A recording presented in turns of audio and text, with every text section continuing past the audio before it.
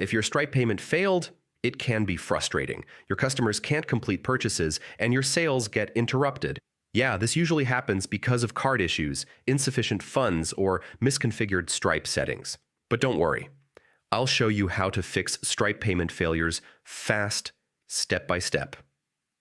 First, check the error code or message in your Stripe dashboard. It will tell you why the payment failed, like insufficient funds, card declined, or incorrect details. Make sure the payment method your customer is using is supported and enabled in Stripe.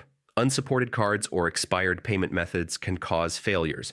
Check that the customer entered their card details correctly, including the number, expiration date, and CVC. Even a small typo can cause the transaction to fail.